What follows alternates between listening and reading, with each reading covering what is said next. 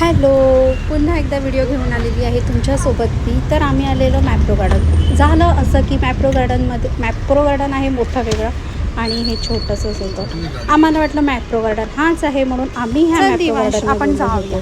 So बघा, दिवांश आणि मी चालत चाललो. मी ह्यांना बोलली की ठीक आहे मी चालत येते, पण चढ नसल्यामुळे खूप दम लागला. दिवांश तू कुठे चाललायस? दिवांशला मी विचारतोय कुठे चाललंयस, तर तो मॅप्रो वा, गार्डन so क्यूटच्या cute. भाषेमध्ये. तर चला आपण मॅप्रो गार्डन बघूया. मॅप्रो गार्डन हा शब्द माझ्या तोंडातून खूप वेळा निघालेला आहे. सो आम्ही अशाच प्रकारे शॉपिंग करायलाच गेलो होतो, पण तिथे जास्ती काय व्हरायटी भेटली नाही. आणि मेन जो महाबळेश्वरचा मॅप्रो गार्डन होता तो वेगळा होता आणि आम्ही आलेलो होतो वेगळ्या ठिकाणी.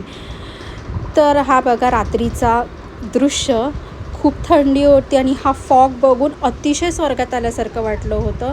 ही आपली मुंबईची गरमी आणि हे महाबळेश्वरची धुकं खूपच छान वाटलं, खूपच छान. चला तर मी ह्याच्यापुढे दुसरा व्हिडिओ घेऊन येते.